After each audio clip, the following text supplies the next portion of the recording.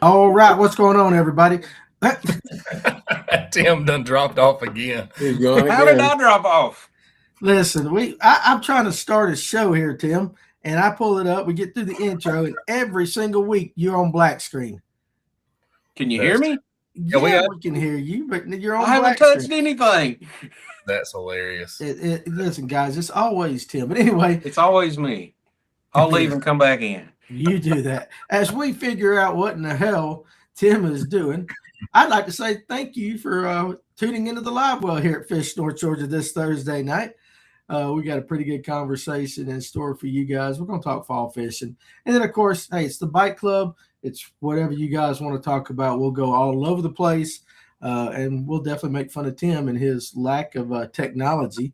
I thought I was bad, but Tim is the worst and in the history, I think, right there. Let's see. He's making me feel good. You gotta be good at something. You got to be good at something. So, all right, let me take care of a little bit of business, and then we'll get right back on it there. So, first of all, they've got these tournaments coming up. So, Fish is a Hope. Want to make sure you guys know about that. September 19th on Lake Lanier at War Hill Ramp.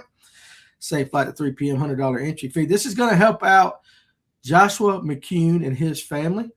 All right, if you want to pre-register, you can get Tony Watkins at 706-897-7557, Ryan Sheffield, 706-429-2010.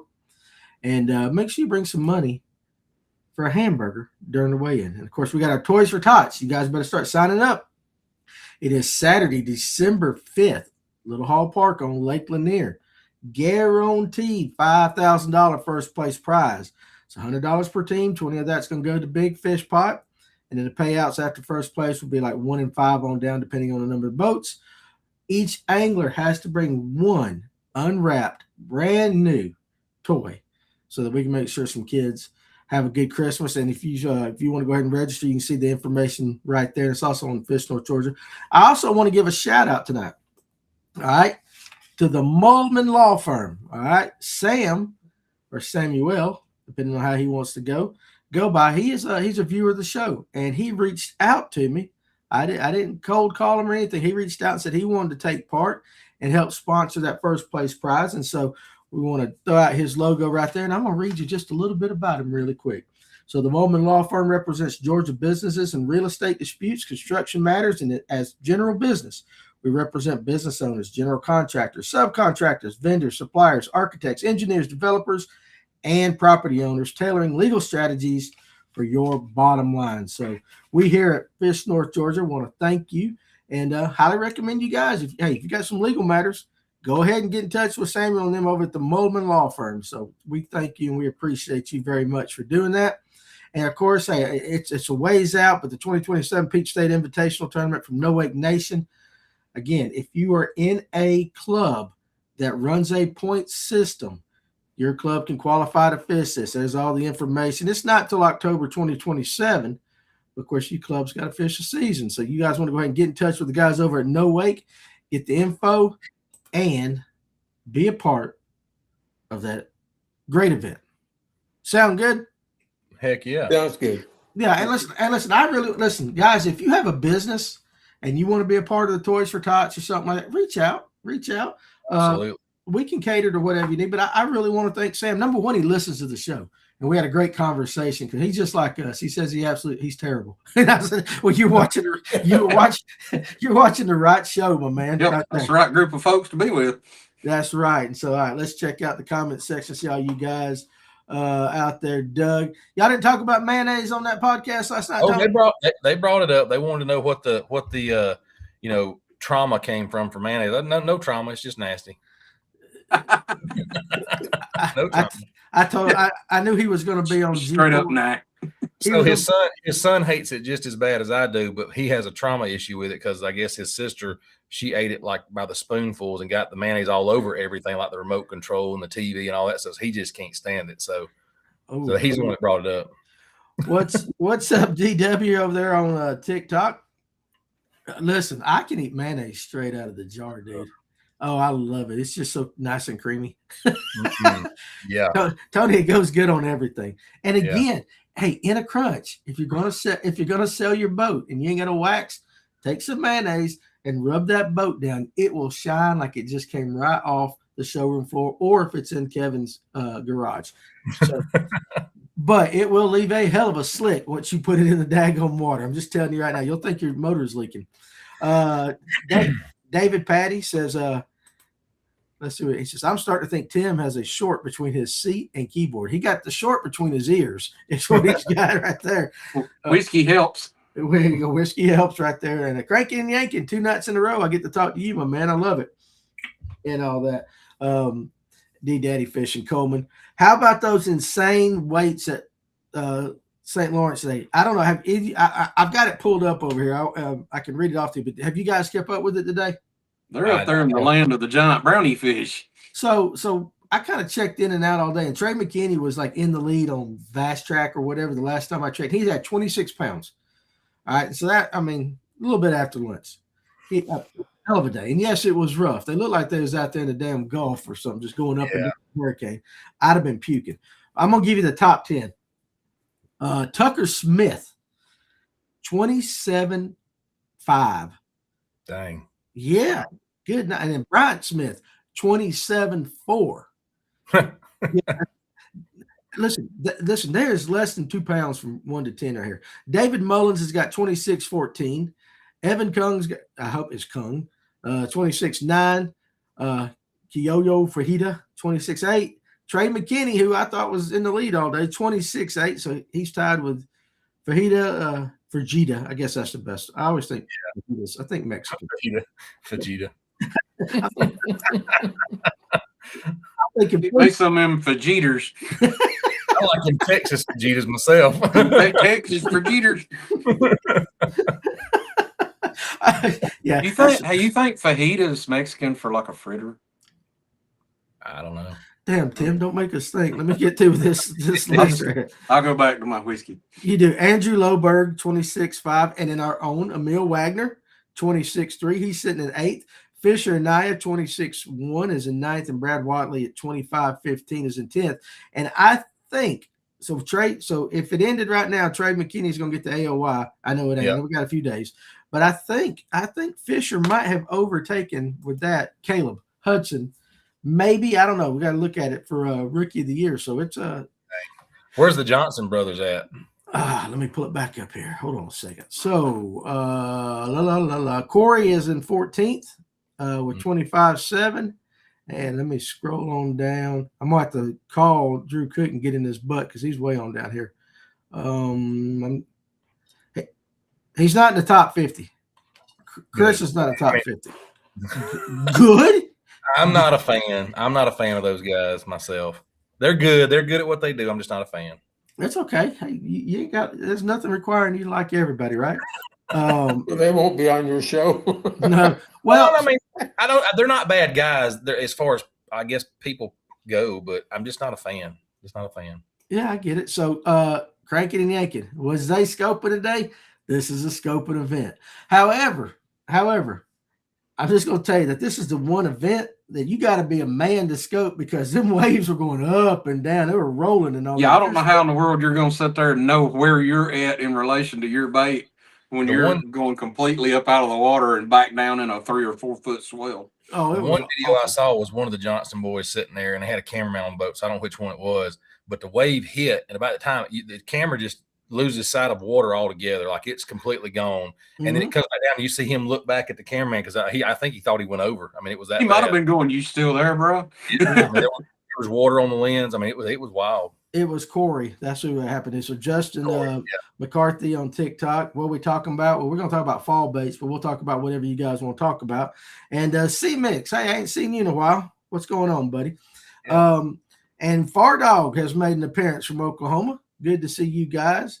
And Coleman says we don't care for them Canadians up there. And Joshua Goat said took 25 pounds for 25th. Like that, and I was watching, they did a replay. McKinney caught one that was just, like an ounce or two under 6 pounds. And he was like, man, this is fun. I'm like, well, hell yeah, it'd be fun if I was really bet it is. Yeah.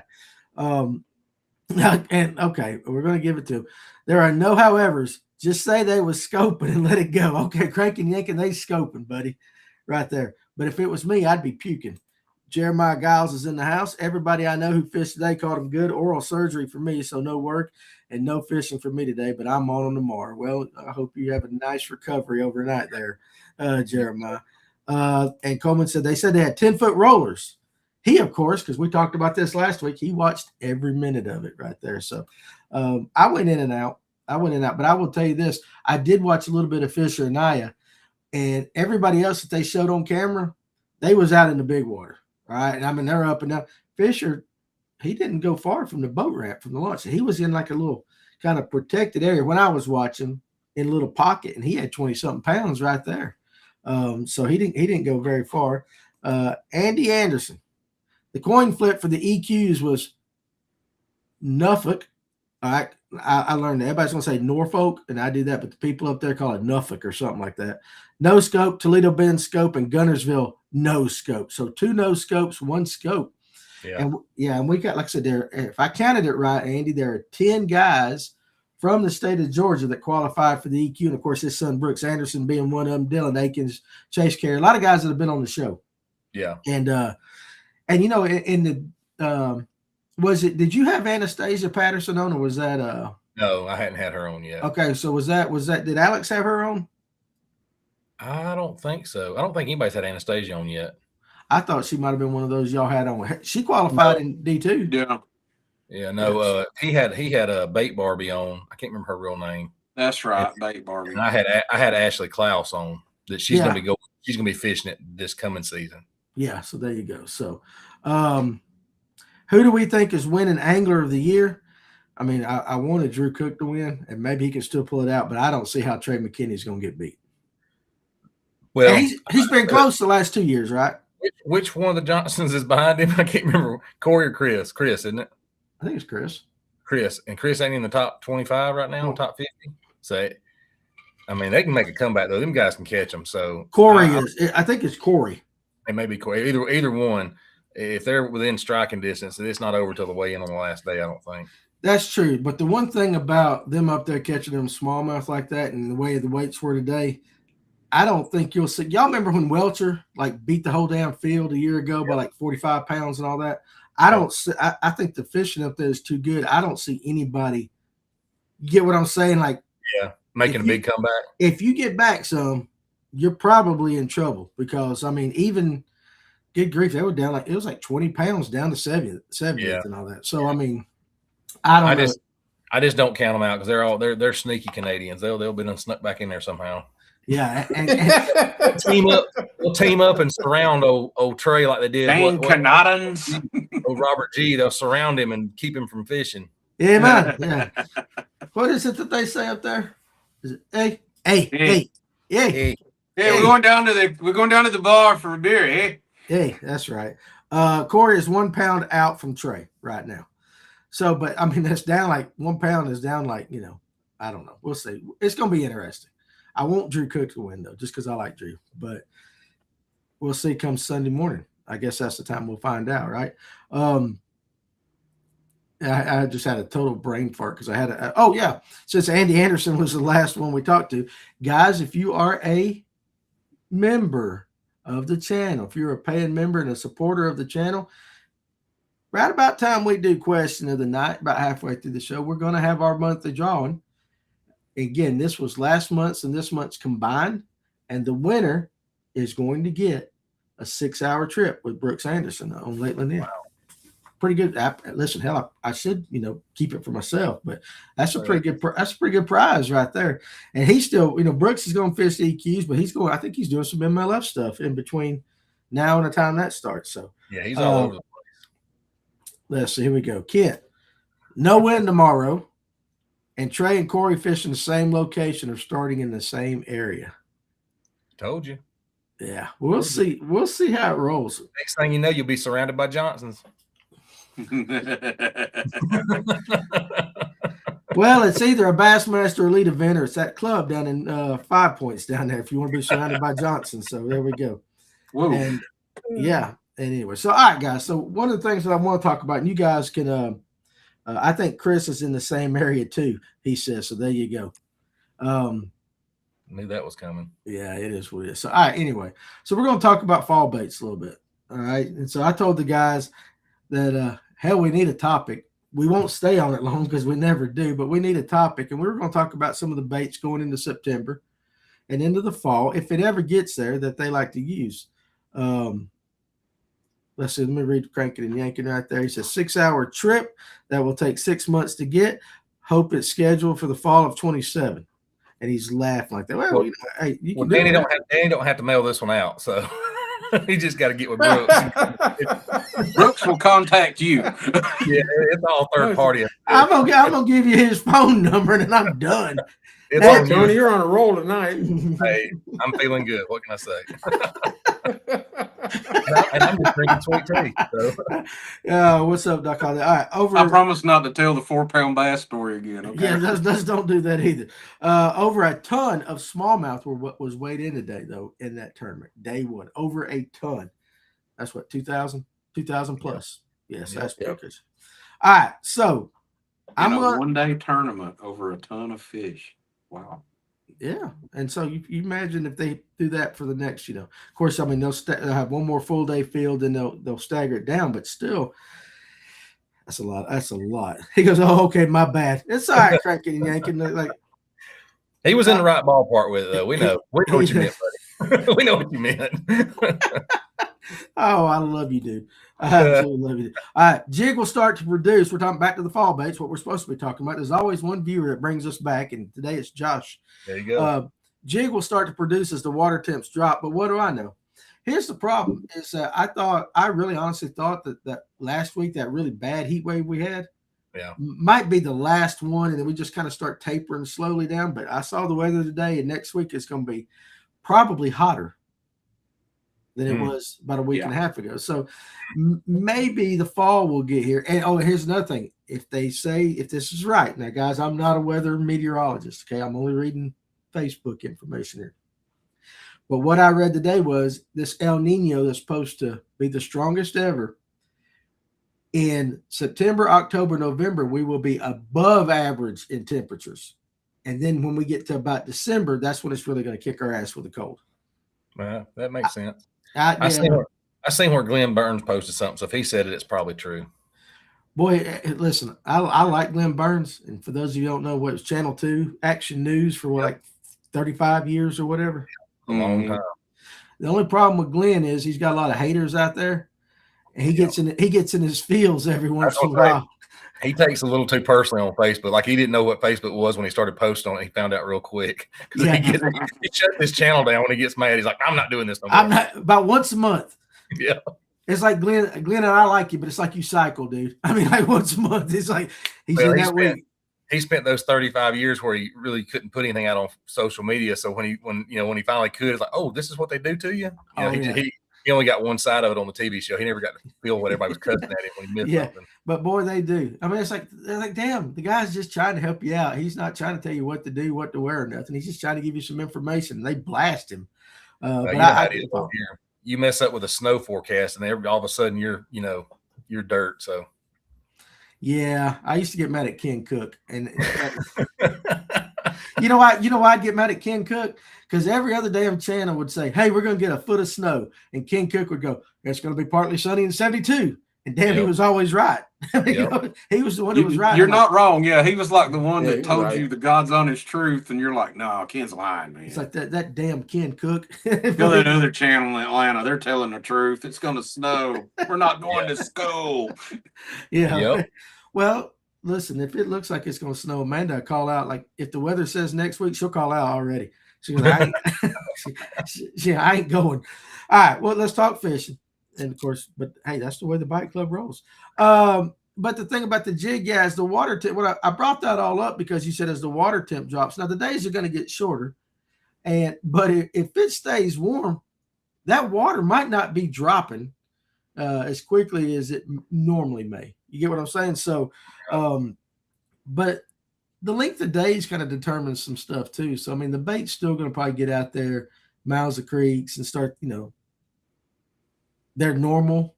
Could be super interesting. I mean, you get the solar cycle causing fish to start doing one thing, but the water's still warm, so the bait's still roaming around instead of looking for warmer water. There could be some weird crap going on, a weird bite or something, you know.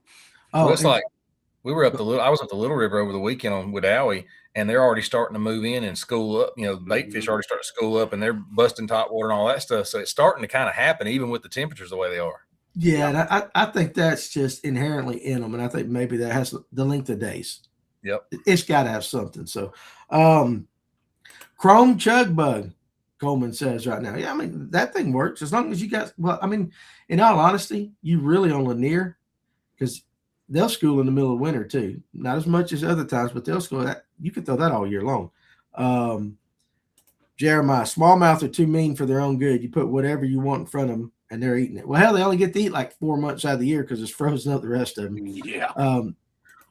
Cranking and yanking. Don't you start using hunting/moving baits in the fall? Yes.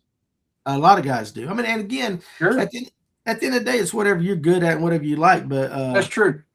you know, McClayton was talking about the other night. You know, he'll throw the glides in the fall, and he's down on Eufaula and everything. But he mentioned you probably won't, you know, you're not going to get as many strikes on them, but you will get fish to show themselves, and then you go right back at it. And so you are hunting a little bit. Tony, what is your favorite fall bait?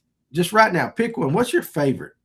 It's going to be it's all hooked together over here, but I got one that's I saw this. Well, if you had a groove tackle box, that would happen.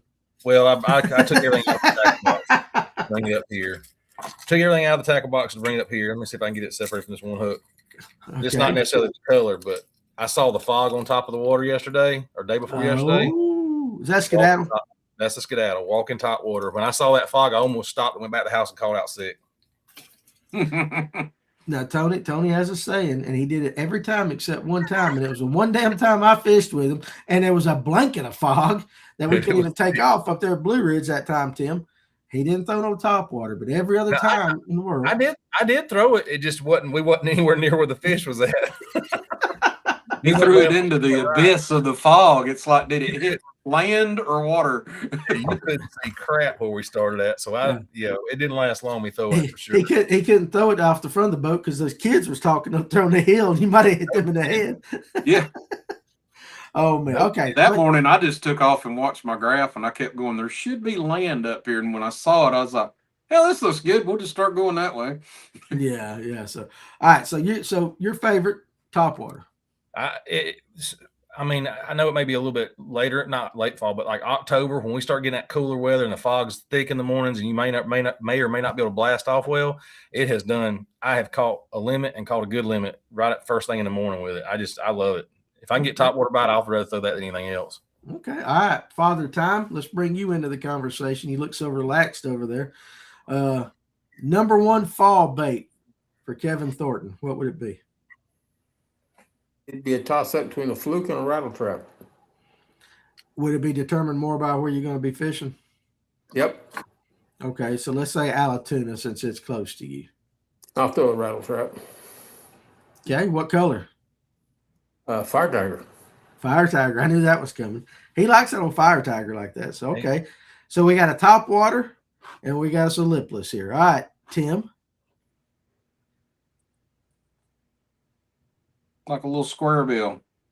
Okay. All right. Yeah. So you That's a Spro Speed Demon and laundromat. I highly suggest it. Spro Speed Demon and Spro laundromat. Speed Demon. The color's called laundromat. And buddy, let me tell you what, this little booger wiggles and moves. I just cut it off the line just to bring it in here because every time I've thrown it in the tournaments that we've been in, I've caught fish on it. They might not be a lot of size to them, but I may not have been around big fish, but buddy, they will absolutely murder it. Okay, all right, fair enough. Now I'm going to stay consistent and I'm going to stay simple. Oh, shaky head. Yeah. Because I to me, you go through that little period in the summer where it's kind of but I think when they get into the fall and everything, a shaky head just starts picking up. And I think that's very similar to what Josh was saying about the jig. I think dragging the bottom was something, and it's a consistent bite. Messick says right now they're killing a jig at night on his lakes. Yeah. Right there. Doug says, I hope the weatherman is wrong. I'm over this heat. Yeah, I know hunting season. I mean, bow season is just a couple of weeks away here. So The humidity was horrible today. Yeah. Yeah. Hey, Jeff says the guys can't get a 7-day forecast right, much less a 3-month one. True. Joshua, let's get to this question here. Do you guys relate the fall with the turnover? If so, what is your tactics around it? Go shallow or change area codes? I mean, the fall, it's late fall, generally on the near, right? I mean, you're getting into late October, November, right? Sound about right? We've had that conversation. Mhm. Yeah. Yeah. Most of the guys that have been on the show, Josh, will say they run from it. So if it starts turning over, and generally the whole lake doesn't do it at one time. Of course, you go north and it kind of works its way down south. They just run from it. I remember that's nasty. I mean, that water is not healthy for them, so naturally they're not going to like it. But well, yeah. I mean, and it almost acts. Let's see. I think it was Kevin Underwood last year. Didn't he drop a camera down into that stuff? He was still shallow, but he was making a couple of videos, and he dropped it like right down on the bottom, and it was starting. I mean, it was pretty rough looking. So, I've seen it do that on Altoona. You be going up the creek, and wherever you've got maybe a little flow, everything's fine. But like cuts, you'll look over there and just see like clumps of matted crap just pocketed all over it, and it's just nasty. yeah. What does Dowie do? It still gets turnover up on the when I say rivers, it's the lower part of the river system for the impoundment, basically. But I always fish south in the fall anyway, so I don't really get the turnover quite as bad, that nasty stuff quite as, because it's real deep down that south end. So yeah, I'm not focused on it too much. Yeah, if you got moving current, it's not really going to do it. But yeah, I do think the south end of Lanier, even with the turnovers, nothing like it is up the rivers, up north of 53 and all that. So, and I would imagine all your lakes, wherever it starts first, generally it's the worst. Yeah, you can get them sending creek arms on with Dowie though, and it'll be nasty. Yeah. Josh says, with less time of sun, the water temp will still drop based on light penetration. True. Yeah, very true. But I don't think it'll drop as fast as it normally would. Right. So, all right, Michael Perkins. Let's see what his question is. How's the crankbait fishing on Allatoona in the fall, Kevin? I would rather throw a jig, but how is it? Cool. Which question now?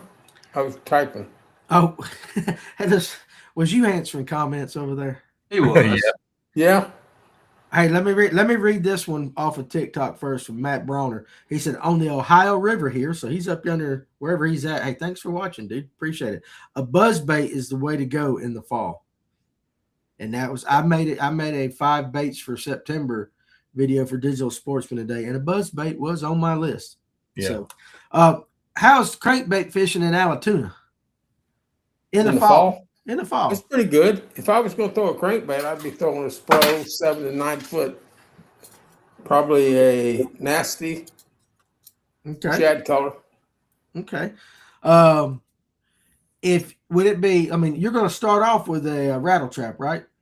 Yeah, I would in the morning. Yeah, you would in the morning and all that. So yeah, this is the buzz bait. I had the Spro one on. That's the.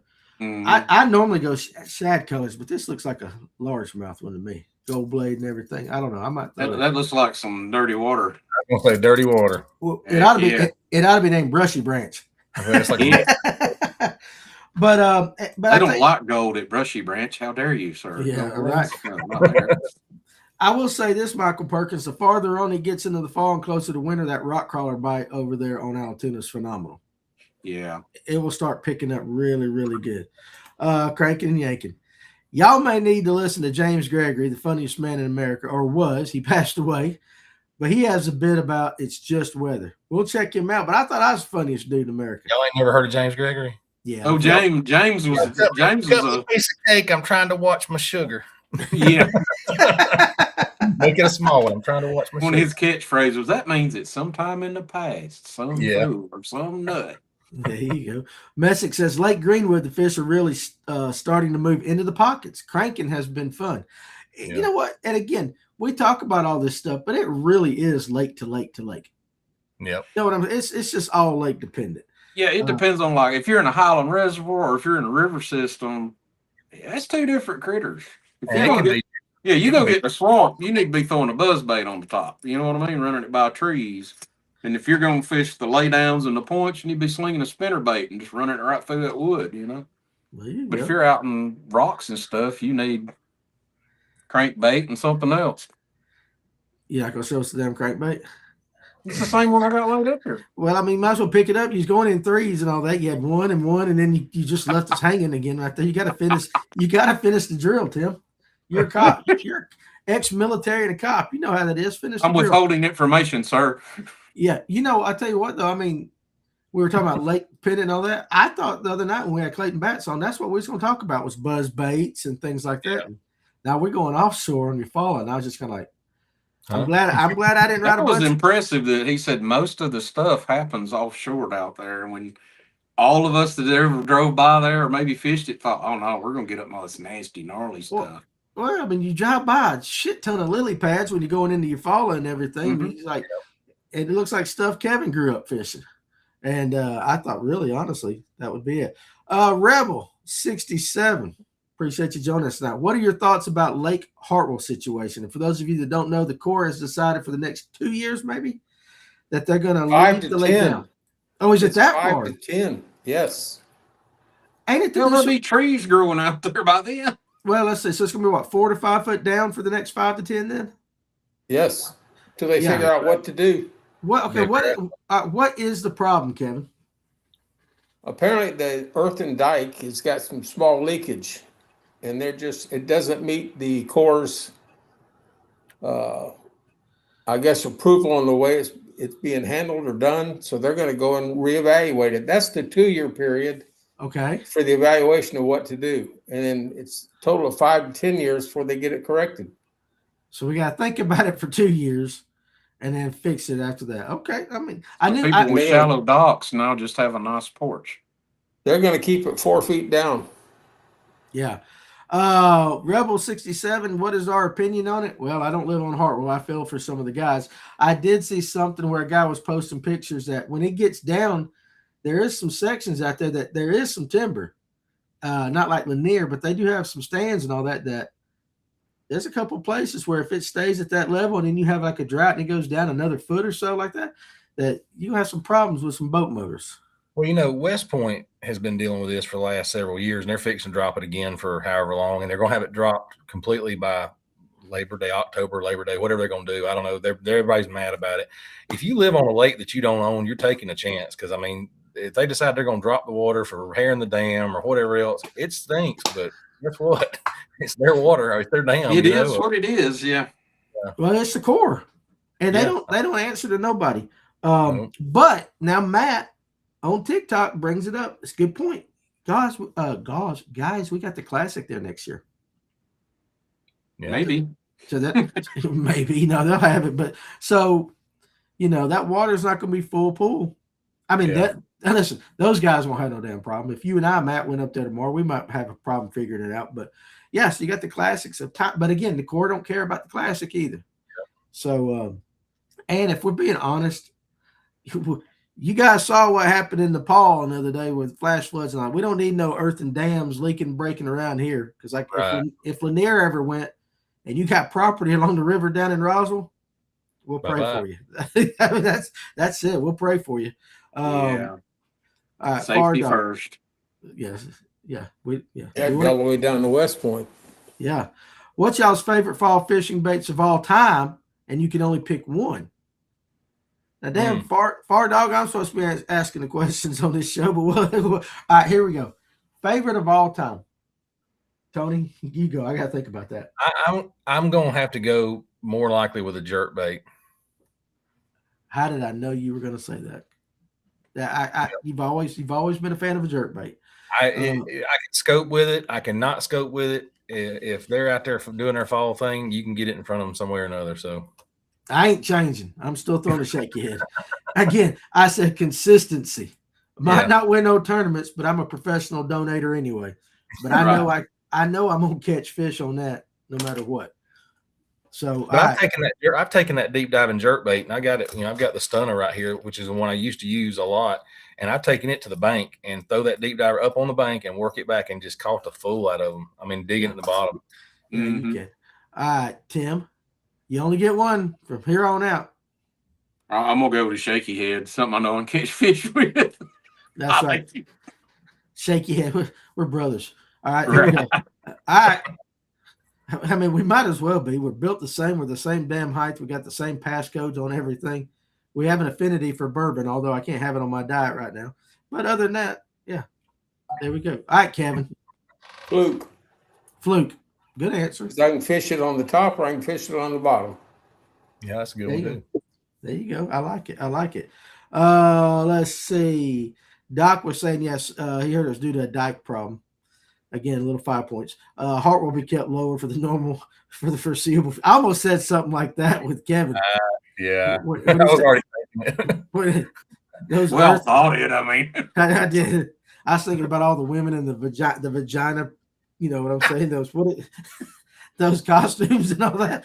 Like, Shoot. I'd like to buy me one of those. Just that's what I'm gonna be for Halloween this year. Look, as many of them women that marched up in Washington or wherever wearing those little hats and stuff, I'm sure you can order one somewhere. There's Got probably it. there's probably a thrift store somewhere with about 72 of those things hanging up. Like, what are we doing with these things? Who for $1? Tell your wife when she goes thrifting again, if she comes across one of them Johnner suits, let me have it. All right. That or they were smart enough they shipped them overseas to one of those third world countries for clothes. You know, there's some guy walking around wearing one somewhere. There'll be some poor people on a mission coming to some little native ville and be like, "Oh my God, You know, you've seen it. You've seen it. Like, what has happened here?" you watch 6 months later, you'll see a video and there's a kid running up and he's got, like, let's just say the Houston Astros shirt on from the championship that they lost because they made all the shirts. World right? Series with a team that didn't make it. National championships of some football team that Oh, lost. goodness. Look, Mama got ears. I've just But seen you know what? Those poor folks got some free clothing. Bless them. That's all I can say. A guy comes out of the woods to the missionaries out there, and he's got a Johnner suit on. Like, you need Jesus right then and there. Yeah, it's one of them. They better check, make sure they brought enough for this place. Oh, God. Oh, I'm sorry, that hurts. All right. Doc Holiday says cranking. Hey, listen, the message got a question for you though, Kevin. Even in Clearwater, I answered him yes. You Just did a little answer. faster. oh well, am I not going fast enough in the comment sections for you there, Father Time? No, he said, No, you're fine. I saw it, so I answered it. Okay, there you go. There you go. Yeah. When Let's it's see. to fish it slower, you could yo-yo it, but when it's clear, just keep it moving. There you go. Bottom line outdoors. Colin said spot choker. That's a good one, too. Real Is that good. what he was talking about? Yeah. So I hope that's what he's talking about. I'll catch up again here in a second. Let's Monkey see. butt plopper 130. Throwing the big girl, huh? All right, there you go. I'm just Monkey going. butt. I'm gonna listen. I'm so far behind. I'm just gonna scroll on down. I'm gonna read cranking and yanking, and we're going all the way to the end. So if I missed your comment, type it again. I still think the best buzz bait made is a Strike King buzz bait with a 3-blade prop. Runs very slow, stays on top, but it will run fast as well. Can't be beat. And then Matt on TikTok says another fall bait is a 5/16 brown jewel ball headed jig with a green pumpkin speed crawl. Solid choice. Solid choices. All right. There we go. Yeah, you guys. All right. So listen, we just went on down. Did we ever get to what was the last question? The last serious question I actually asked. I don't remember. Oh, Yeah. I don't remember. I'm thrown off by that. You know, it's messed me up a little bit. All right. Anyway, okay. All right. Fall baits. Now, jig's been brought up a bunch. Okay, in the comment section already. So, Colin says emphasis on spot, not choke, Danny. There you go, G. I got you. All right, Thanks so, for correcting that, James. yeah, absolutely. So let me ask you this: if you're gonna throw a jig, all right, what kind of colors are you gonna go with? Because eventually you'll see in the advertisements they'll start pulling out their fire crawls and all that. I never got into the fire crawl jig. I always stayed natural and then kind of went with the greens and maybe sort of adding the oranges. But going into the fall, you guys like dipping your tail in orange or anything, and you kind of staying away from that until it gets a little bit colder? Yeah, I would stay away from the oranger stuff until it got like really colder. And maybe study on what kind of crawls you got out there, because I mean they're not all the same color everywhere. Right. All right, Kevin. On black, blue. Black and blue. You're never Green wrong. trailer. It's like green Green pumpkin. Black and I- blue, you're never wrong. Black, blue, green pumpkin trailer. I'm getting ready to throw something at you guys. This might be a pretty good debate because I see black and blue again. I'm doing a video for Digital Sportsman that come out. It's about opsin. We talked about, they used to be a sponsor, but opsin is actually the protein that binds to a vitamin A molecule in the rods and cones in the eyes of a fish. The more opsin you got, the better the fish can see you. Okay, and then we'll leave it at that. But due to the types of opsin, and I was kind of researching this for the video, to a bass, and here's where we're going to get into the debate, black and blue basically mush together. Yeah. So they see it as one solid, almost like one color. Right. Now this is just research. What do you guys think about that? Well, the option in my eyes, it doesn't matter. You're right. I We mean, know who those fish catch first. They catch what us science first. that we have looked at says that fish don't see blue. So Yeah, but I mean, no, they see greeny red. it seriously did, and I mean, I'll go ahead and tell you guys like that. So, so bass, okay, all your species of bass, we all know that they got the red and green cones, but the opsin that they have is kind of middle of the road as far as levels. So when the opsin gives you kind of like the what the hell do they call it? It's kind of like the shade. Yeah. And there's a different word for it that they use in the research and all, but kind of like the shade. And so because they're kind of middle of the road, reds and greens pop, chartreuses and stuff like we've talked about before look more whitish, but black and blue mashes together into one color, or two colors that are very similar. Right. And So it's probably more of like a charcoal gray to them or something, maybe. I mean, I guess. Now you get your trout, they got more opsin, and salmon and all that, so they can see like river, they got more greens or whatever. It's crazy, the research. If you actually look into opsin, you guys ought to read. The more opsin, the more vivid the color spectrum is to them. Yeah, kind of like that. They see UVs and red, greens, and something else. Hell, I don't know. But a fish can see in 2, 3, and 4 color spectrums at a time or something like that. So all our baits look totally different to us. But here's the interesting thing is a bluefin tuna has so much, and they're set up for being out in the ocean. So it's like blue pelagic and all that in their eyes. So if you had a bluefin tuna right here and somehow had a largemouth bass right here, and you put a bait right there in between them, those fish are going to see that bait as 2 different colors. You get what I'm saying? They're not going to see that bait as exactly the same. Let's just say if it was red and the largemouth sees it red, the bluefin tuna will see it at a different.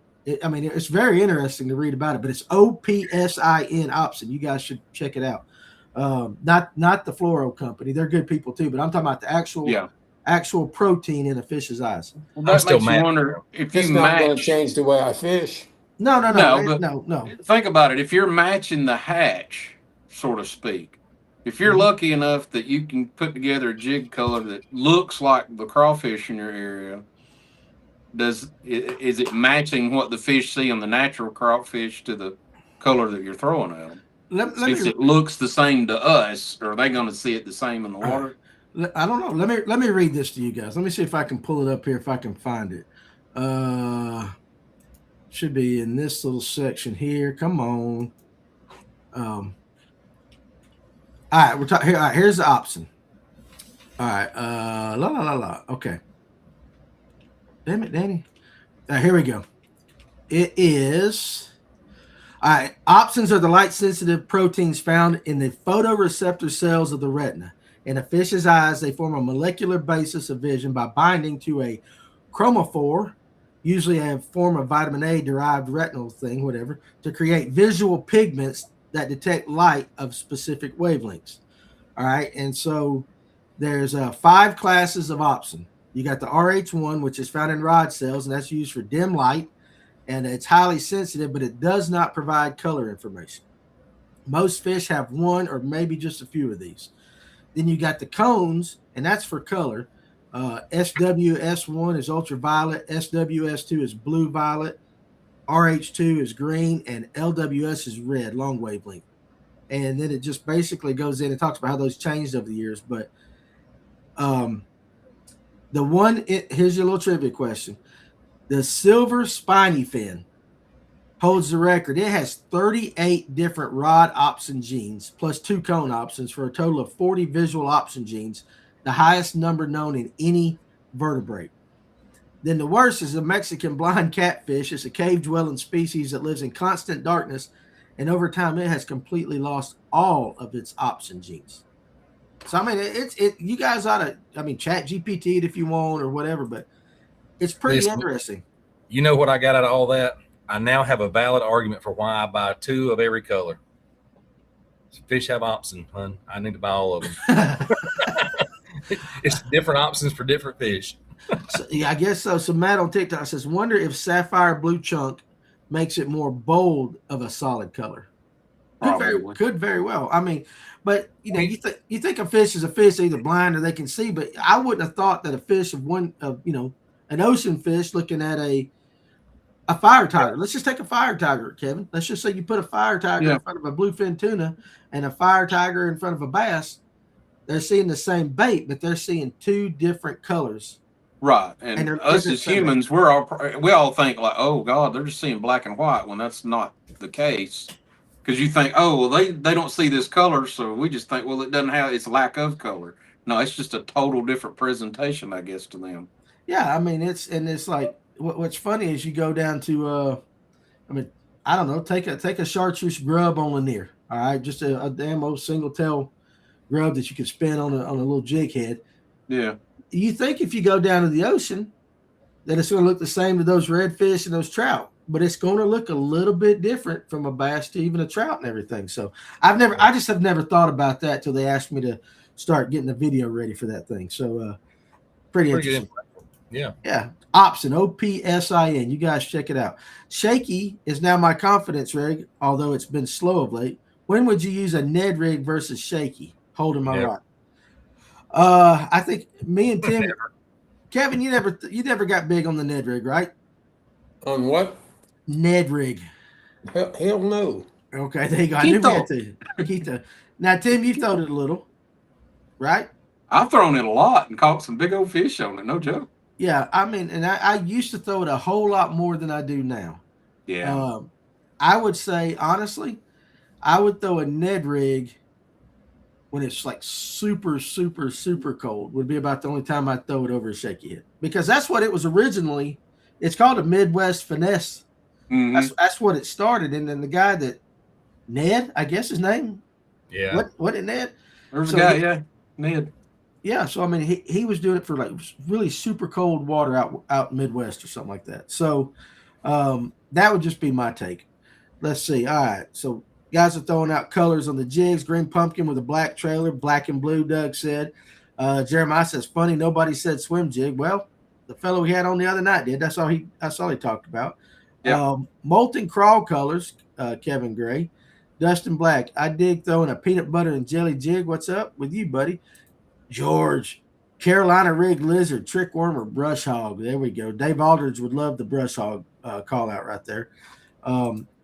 Carolina crawl from Iron Current Tackle, and that's a good color. I know how to tie that one with chunk orange tips or a custom color I call dirty rice and dirty rice and night.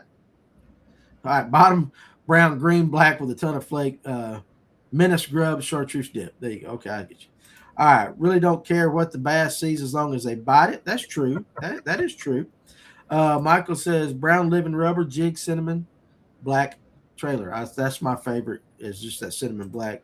If it's in the water and it looks alive and like food, they will eat it. Well, except if you're scoping, just because you can see them don't mean you can catch them. That's right. So if that's the case, then cranking and yanking, I fully expect you to just throw a corky on. I was going to say, they're biting these damn fuzzy balls. So, I mean, that's living proof they'll eat any dang thing. Yeah. So, I mean, or at least nip at it. Yep. Now, listen, Matt, again, he's up on the Ohio River. Now, here, he does make sense here. A Ned rig on rock bars on the river over a shaky head. Yeah, I mean, and I could see that. I know a lot of smallmouth guys. I was going to say, are you talking more smallmouth? Because you do need to scale down for smallmouth. No joke. Hey, Matt, are you talking more smallmouth? I imagine you are. We just don't have a ton of those around here. When Alton Jones, Patricia, our resident historian, When Alton Jones won the Classic at Hartwell, it was 18 feet low. Green Pond wasn't even built yet. Okay, there you go. Good thing. He said for sure smallmouth and spots on the Ohio River. Probably depends on the shade of blue. I've had days when an electric blue trailer was better than a dark blue. I mean, I'm sure there's some variables, Jeremiah. I thought it was interesting. Yeah, even though it might look like a different color, it's gotta if it's lighter, it's gotta contrast somewhat. Yeah. Now listen, Jonathan Farmer, text me right in the middle of the show wanting to know where we're going to meet Saturday. Damn, Jonathan, Good job, John. I've been doing the show on Thursday night for the last 7 years, it seems like. Mason Venable. I match brim. Good point. There you go. Let me pull it back up here. With my jigs in the warmer months, but stick to brown crawfish colors in the colder months. Okay. Let's see. Jeremiah, the irony of matching the hatch is most prey items are trying to hide from fish, but most of our lure color options are pretty obvious. Yeah. Hey, Paul B. right here. It doesn't matter the way they see it, in my opinion. If your crawfish are orange and you use an orange crawfish, it's the same shade to them regardless. Agree. Kevin goes, Chromatic Vision Simulator app lets you see the colors of bass seas. We had talked about that on a show. Crank and Yanker said, you lost me at let me read this. Yeah, those are big words, Danny. I was proud of you, too. You pronounced them very well. No, listen, but I didn't get to the big ones. I skipped the ones I couldn't pronounce. You can't pronounce. Y'all would have had some hooked on phonics going on right there with me. Let's see. Let's mention Venable. We're almost ready for our question of the night, too. So, what's up, guys? I try to match brighter brim colors in the warmer months, darker. Did I read that already? Yeah, you read it. Damn, Yeah, you read that. boy, I'm all over the place. All fish evolved to be different, depending on how they're set up to survive. Some of them smell better than others. They see better than others. They all have their own little quirks. Joshua, do you all like a chatterbait in the fall? I'm going spinnerbait. Unless I'm on a grass lake, I'm going spinnerbait. Amen. I'll throw a chatterbait, spinnerbait, both of them. Yeah, I'll just say, I'll throw both of them, but I'll pick the spinnerbait up first. What about you, Tim? Same? I think I've got more confidence in a spinnerbait. I can fish it through things when I lose chatterbaits. Yeah. I know, yeah. I stick them things in wood more than I need to. But. He says he thinks the only reason they hit a koik is they're just trying to get his ugly ass out of their water. It could be true. Could be true. And here we go. All right. Let's do this. Let's go ahead and do our drawing while we're here. And you guys get the question tonight. I want to show you what this is what I got all the entry fees in tonight. I got my nut sack right here. And so Tim got up and he's like, whoa. All right, so tonight, this is for a 6-hour trip with Brooks Anderson on Lake Lanier. It's for the paying members of the channel. And guys, we appreciate your support for sure. Now, I've already shook my nuts up a little bit, but I'll do it again. I think I just got kicked off of TikTok because I said nutsack. Oh, probably did. I hate TikTok. That's the most sense. That damn algorithm, I'm going to have to appeal it. And I'm like, dude. All right, so here we go. Here's the winner of the Brooks. That's what it is. I know it. I could get on there and say the most racist stuff if I record it, do sexist stuff if you record it. But if you're on a live and you say nutsack, all right, the winner is, let's see, who's going to win this one? Hot damn Clayton Belmont. Clayton Belmont. He'll like that prize. He will like that prize. He fishes a lot. So I don't think he's in here tonight, so I will get in touch with him and tell him. I think he was in here earlier, I thought. Well, we might have run him off when I started reading big words and all that. So I don't know. Clayton, if you're still there, buddy, you won. And I appreciate you supporting the channel, and then we'll do another one next month. It won't be for Brooks, though. So here we go. All right, so now let's do our question of the night. And Tim, hold up that spinnerbait. This one? Yeah. I've got, now listen, again, you're going to get it in 6 months, but I've got some of those over there. So tonight, whoever answers the question, I will send you a Spro Essential Series spinnerbait. In 2027. Well, I said, Do the Vanna White over here. I said 6 months. So, Clayton's there. These things are awesome, too, by the way. There you go. Clayton, hey, congratulations, Clayton. Thank you for your support. That's awesome right there. And I know how much you like to fish Lanier. So you're going to learn some stuff, brother, on this one. Yeah. Good. All right. So Definitely. how many answers? 2 answers. Okay. 2 answers, guys. Again, in the comment section, please put 2 answers. Actually, it's 2 answers. Yeah. Okay. Actually, it's not 2 answers. It's 2 answers. You sure you don't Yeah, it want is. you do you want the depth? That makes it 3, Kevin. No. Okay, man, he's being good Well- to you guys. Y'all listen. No, let's make it hard.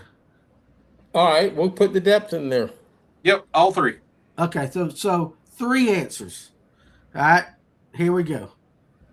All right. This question was posed earlier today to the Bite Club by Alex Purrs, so I decided to run with it. When was Lake Lanier last over full pool? I need the year, the months, and what the depth was over sea level.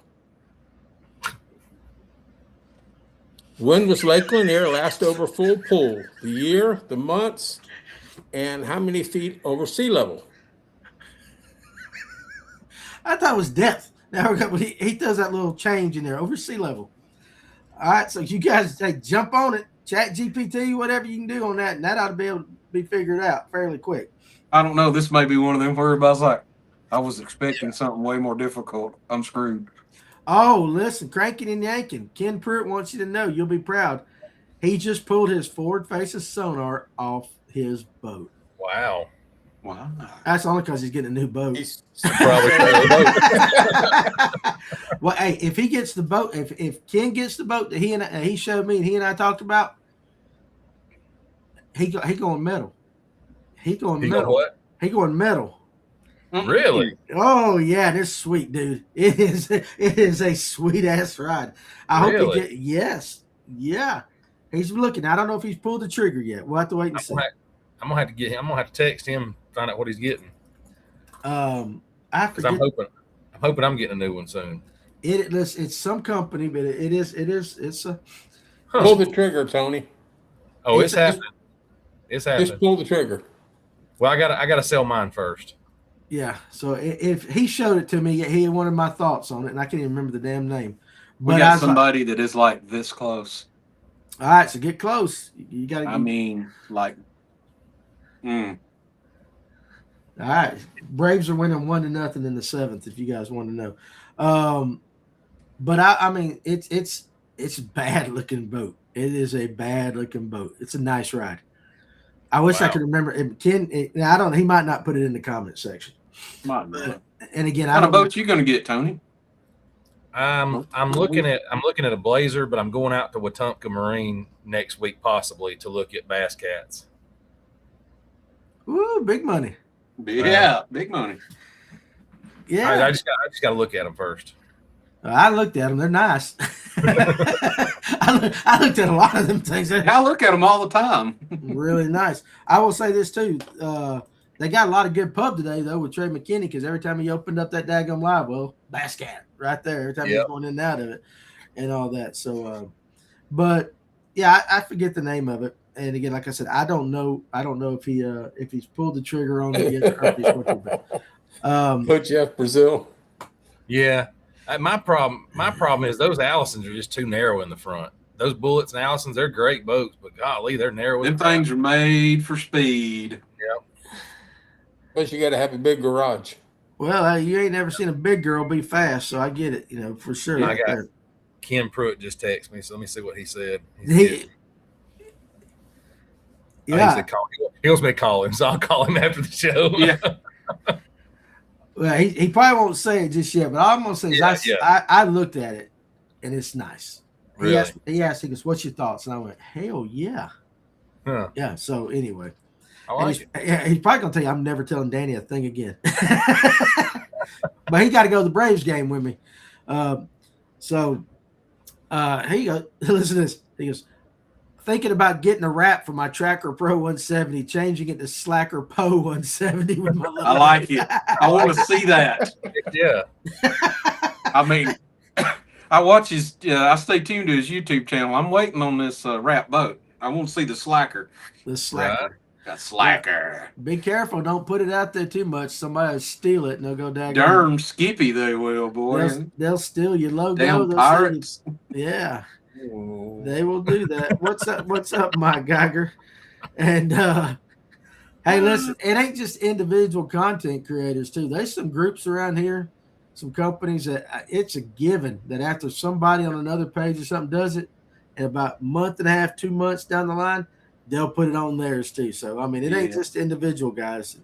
Yep. There's a couple of them that's notorious for it around here, and I ain't gonna call them out. But you guys, if you pay attention, you'll be like, "Yep, there we go again."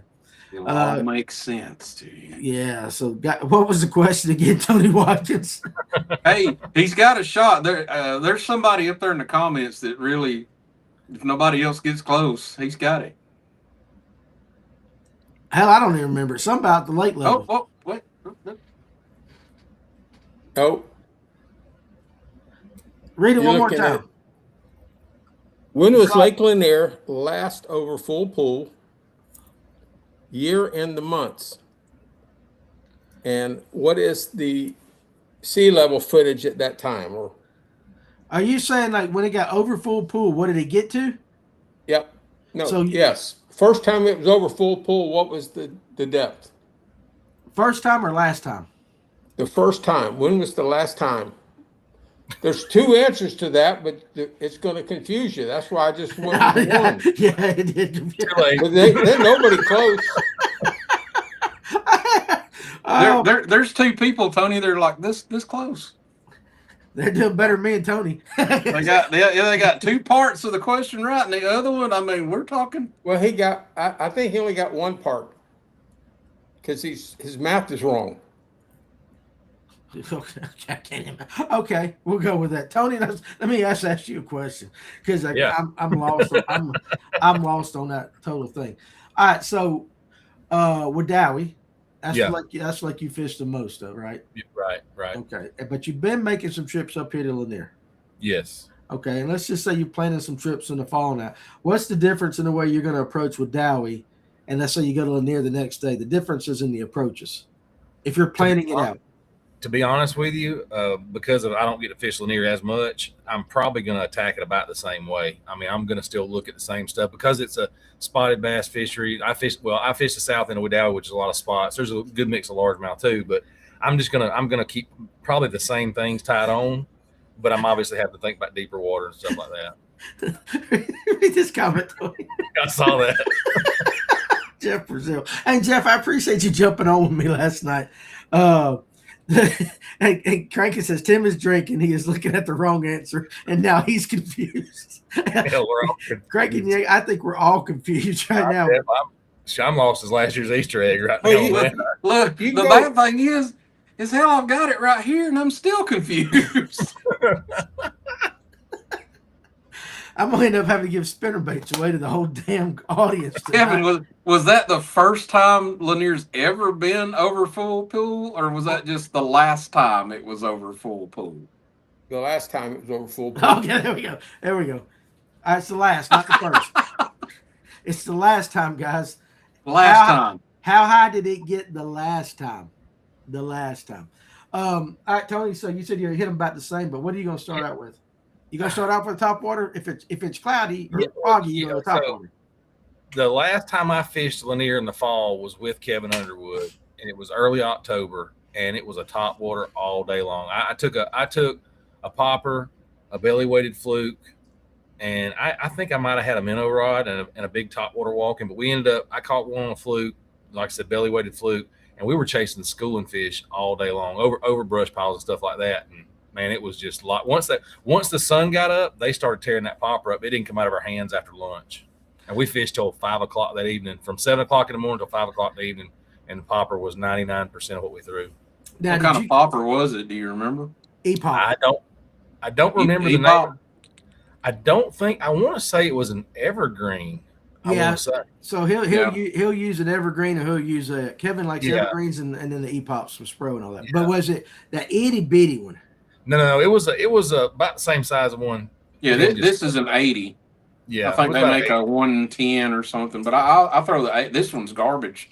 It is trash that's been used so much. I think we might have used some maybe a different one that had a little bit bigger mouth on it.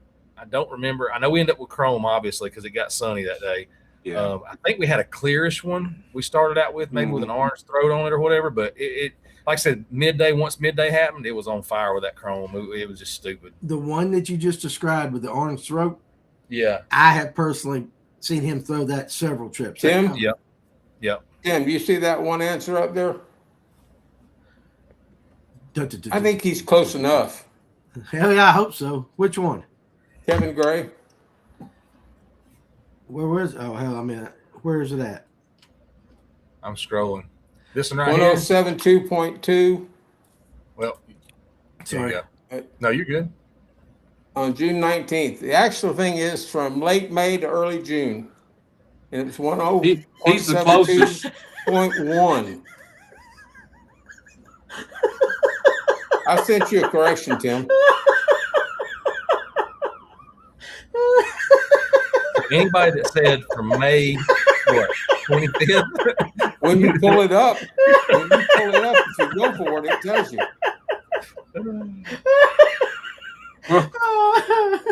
Are you going to give it to Kevin Gray? Are you in Vapor Lock? I I'm going to give it to Kevin Gray. And you're oblivious. That's the first time Danny's ever vapor locked. I know it. Yeah, but Kevin, you're What are you oblivious. laughing about? You. I'd be laughing too if it was about me. Okay, so no, I'm going to read what Kevin sent me as long as we're done, right? We're going to send Kevin Gray spinnerbait or whatever. Kevin Gray. Yeah, Kevin Gray won the spinnerbait. Okay. He said, when was Lake Lanier last over full pool? Year and months with an S on it. Months. Because it is May to The June. answer was 2025, late May through early June, and it was 1071. And he sent a correction, said it was 1072.1. Right. Okay, but we didn't know if it was the But first or the last. for the rabbit hole shit show that has went on with the simple question of the night, which We all thought, anything less. folks, at the beginning of the show, we were like, really? You're going with that? Yeah. They're going to get that in 2 seconds. We were wrong. We're so wrong. Well, that's because they didn't know if it was the first or the last. Yeah, I didn't. I don't think they realized there was an S on the end of months either. I didn't even catch that. No, Yeah, that's the reason I'm reading it verbatim from what he said. Well, did you read on our Bite Club from Alex Purrs what he said? Briefly. I didn't spend a lot of time. Yeah, I on saw where he said the. I have a good idea for a question of the night. When's the Yeah. last time Lake Lanier was above full pool? Because I can't freaking tell you. Yeah. Yeah, no, I get it. Listen, it's just a fun adventure, these questions of the night, and we just have some fun with it. Most of the time, It's hard to find anything with these guys as smart as they are with AI. I'm gonna start making up shit. This reminds me. I It didn't thought work you did. tonight, I'll tell you that much. This reminds me of the It didn't bass work worth boat the question. teacher's damn tonight. This Well, reminds me of the bass boat question a couple of years ago when it was. Then it got determined what was with fuel, without fuel. Remember that debacle? Remember, and Oh, it was, yeah. People and- started the second nitpicking. time? It's like, I gave it's him. full of gas. How much does a gallon of gas weigh? Times whatever. and then How that big guy, the gas tanks were. you did, and that guy come back and he goes, well, summer or winter? Because Yep. the density or whatever Yep. it is in the colder weather and all that. And I'm sitting there thinking like, well, I didn't expect this. On my Well, big remember about a year after that, we came back because I think I was host of the night. We had to do the second time we asked that question. Kevin had to give all the specifics, so he didn't get without gas, whatever. Oh, that's funny as all get go. All right. Well, anyway, through that debacle and a good laugh, Kevin Gray, he won it. So there we go. All right. So let's Tony, just pick the next damn question. Pick a question we're gonna talk about. I gotta take a drink, and it's not bourbon. Just Jeff said everybody gets a spinnerbait. So that's what Jeff Brazil said. Everybody gets He a said he spinnerbait. had a Let's see bunch. how many of these things we got. I don't know. I ain't got that many. I'll send Jeff an urchin bait because he. And then won't Josh says there's a discrepancy. May 19th was 1072.47 per the core website. So about just spit out my coat. That's because the wind was blowing that day, and Yeah, it rose exactly. up just a tad on that end where their actual device was. It was measuring the lake. you know what we got to come up with? We got to What? come up with a way for guys to formally protest. We need a protest procedure. We need a grievance. Yeah, we need a grievance think- email. I think that's a great idea, Danny. And I'll Send be your the gripes moderator. or complaints here. you said you're going to moderate it, Kevin? Yeah, I'll be the moderator. Oh gosh. Dude. That's Can you funny as imagine? Can you imagine the response? It'll be like a superior court judge response from Kevin. Yeah. You know what? We'll get him a black robe. We'll get him a black robe and put him like he's a judge, and he can have his own little short show one evening where he just sits there and goes, "So you think this, right? Wrong. Click. Go to the next one." We'll give them the link and invite them on, and they'll stand trial. Yeah. Oh, we should do that.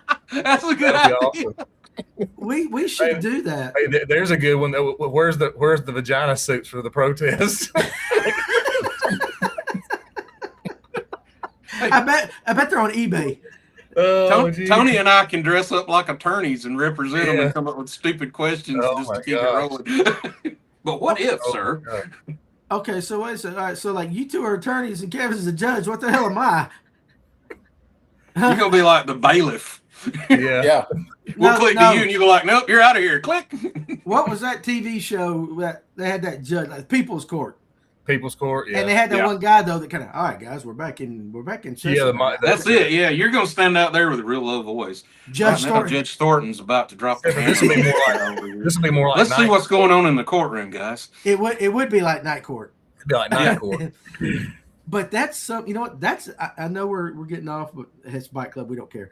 That would be something that I think would actually be fun to do. Is one night we'll have Bite Court. Look, we'll do it. Oh, we'll do it like this. We'll bring Kevin over here to the big thing. All right, we'll put him in there, and then we'll take a topic, we'll let you present it, you defend it, and then I'll just like announce it, and then Kevin can give his ruling, and then we'll just go with it. That's what we'll do. We're gonna put that together. Bite Court. Kevin, I'm game. But you got to get a robe. You got the desk right there already. I'll get a robe. How do we get Tim facing a different direction already? There he is. He's back. I had that much tonight, gents. It's close. He looked like he was in trouble. He was just sitting there like, oh goodness. Yeah. Oh, next week's question: how many bass have I caught on this rattle trap? Listen, I get it. Yeah. I get it, Patricia. Exhibit A. Look at the bite marks and scratch marks here on this side and that side. that would be fun. Now that would be a viral episode. I think that's what we're going to do. How about next Thursday night, Kevin? Whatever. Okay, so look, next Thursday night, you get your robe, you sit behind the desk, and I tell you, here's how we're going. Tony, can you be on next Thursday night? I think so. Okay. All right, so Tony, you'll be the prosecutor. Okay. Tim, you're going to be the defendant. But here's the thing: is I'm going to have all the cases already. Like I will have the case. All right. And so I'll say, all right, Tony, you're prosecuting this in such and such situation. This is what I'll give you something. Okay. Then you got to go to Kevin. You got to talk to him, and then Tim, you got to defend against it. Fair enough. Wait, are we allowed to drink for this episode? It's probably preferred. Before or after.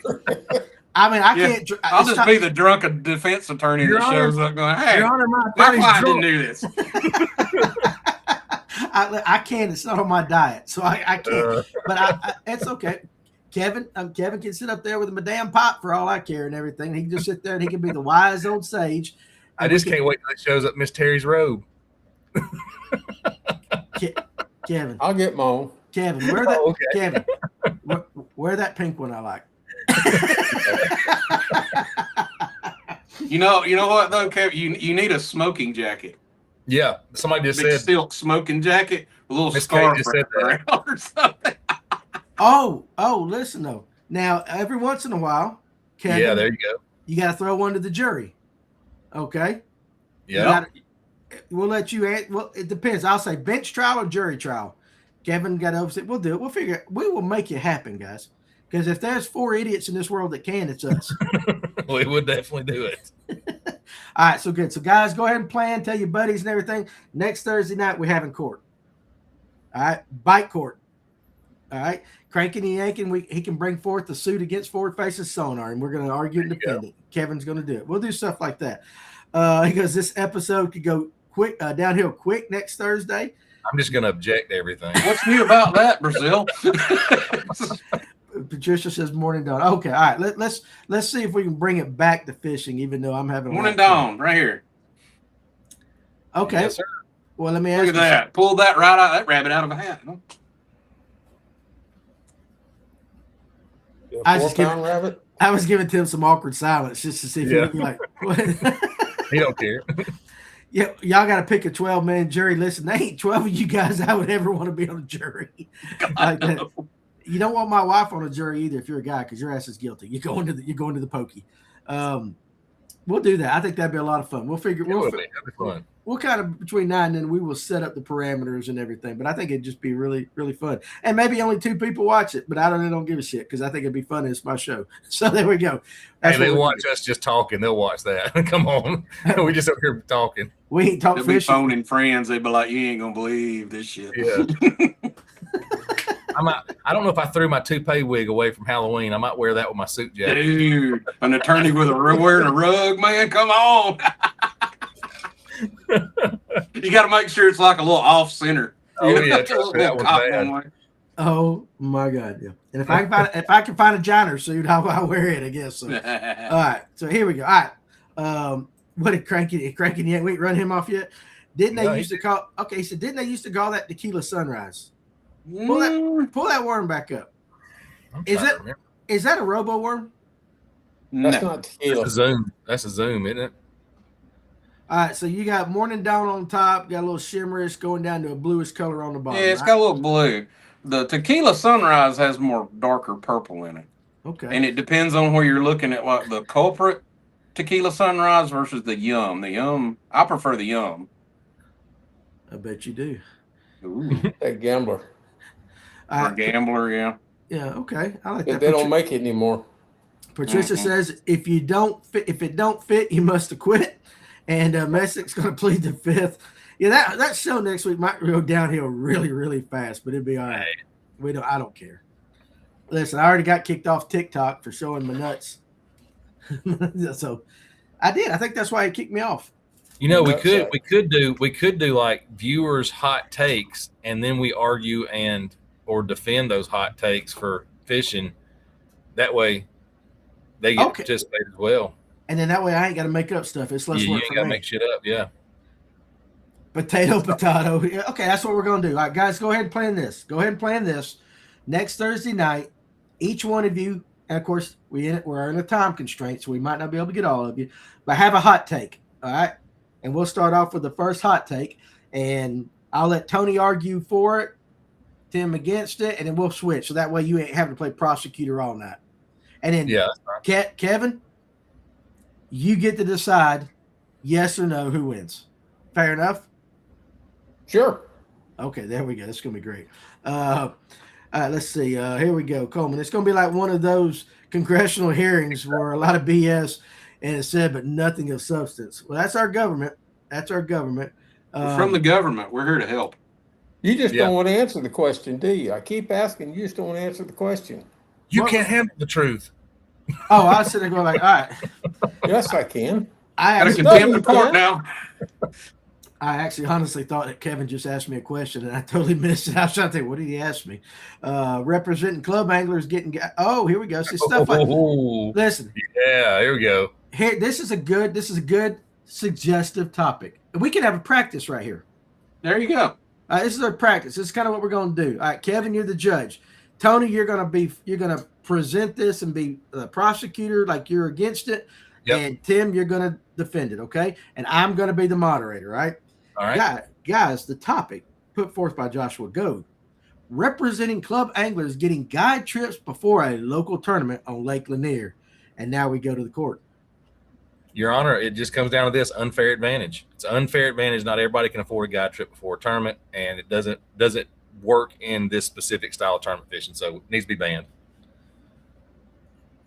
Timothy. So what you're saying is what define representing. You're saying that these people in a club. I object. Relevance. Relevance. Yeah. The jury needs to understand what representing club anglers. Okay, listen. So I think We've already gone downhill quick. Okay, so let me rephrase this. Okay, should club anglers be getting guide trips before a local tournament on Lake Lanier? Now, Tony, go with that since I changed it. Should club anglers do it? No, they should. Your Honor, club anglers should not be getting guide trips before a local tournament simply because it gives an unfair advantage to any. If it's not something that everybody can participate in, such as out of town guests, things like that, we should not be letting locals get guide trips. Okay, Tim, defend it. Well, this is a business. These people can purchase any kind of service from anyone. It's not relatable unless it's strictly outlined in the bylaws of the tournament. If it doesn't violate the rules of the tournament, like subfishing on the lake for so many days or obtaining information, then it is simply a client hiring someone for a service. Okay. Yes, but the law specifically in Georgia says intent. And when you do something with intent, knowing that you're going to absolutely defraud your fellow fishermen, I think that right there, Your Honor, says enough. All right. Last word, Tim, last word before we go to the judge.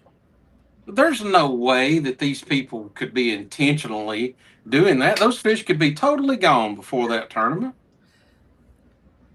Okay. All right. So closing arguments, I think, have been made right there. Your Honor, should people in clubs be allowed to get a tournament before their club get a guide before their club tournament on Lake Lanier? I'm ruling no. They should not be allowed to acquire any type of guide service prior to a tournament because it shows intent to unfair advantage, especially if you have a co-angler in the tournament. Because most likely they can't afford a boat to begin with and they can't afford a guide. So I rule no on this. They should not be allowed to acquire guide service. Okay, there you go. So now, listen, that was a good dry run. That's a good dry run. So now you guys know what we're going to be doing. All right, so we're not doing that anymore tonight because hell, we want to save that for Thursday night's episode right there. So, and then you guys can, of course, you throw your comments out there, and I can read the comments because it's ethically wrong. They should pay double. What if guide trips are part of their religion? There is a reason most tournaments put a no guide trip within a certain amount of time if it's big enough. Cranking and yanking in his own great Louisiana style says horse hockey, Tony. I just see him watching Ben Matlock or somebody's over there going, horse hockey. If you can afford to do it, need I say live scope? Mistrial. Patricia says appeal. I plan on it, man. We're filing an appeal and taking this to an appellate court. Look at this is ridiculous. Messick says that was biased. Mistrial. The defense was drinking. Guides don't always catch fish, though. WB Harrington and exactly. Jeff says I see this going to the Court of Appeals, Southern Georgia District, and then appeal. Okay. Well, you know who's hiring guides now, don't you? Yeah. So listen. So there we go. So that's what we're going to do next Thursday night. And I really honestly think we could run with a show like that for like 6 hours straight. Oh, yeah. But that's it. But here's the thing: is like, Tim, bless your heart, son. You're not going to have to play defense attorney every time. We're going to swap back. We're going to swap it around. Yeah. We're going to swap it back around. And then Kevin. Now listen, you got to make sure you're impartial. Can you do that? I'll try. Yeah. All right, so you got to go by Danny, strictly the facts of the evidence presented to you, sir. I'll try like that. The judge was bought mistrial like that. Oh, wait till I interrupt and file a motion to suppress. No, we're not hearing that. You just heard that, but we're going to act like we didn't hear that and go forward. I'm sequestering everybody. Nobody can talk. Yeah, that's funny as crap. I think that'd be a good time. I think it'd be a good time. And I actually think you guys seriously that are watching that are going to be here next Thursday, like bring some serious ass questions like that, because that actually, even though we're having a good time laughing and all that, that right there, that's a damn good topic, right there. That's something that should be discussed. Yep.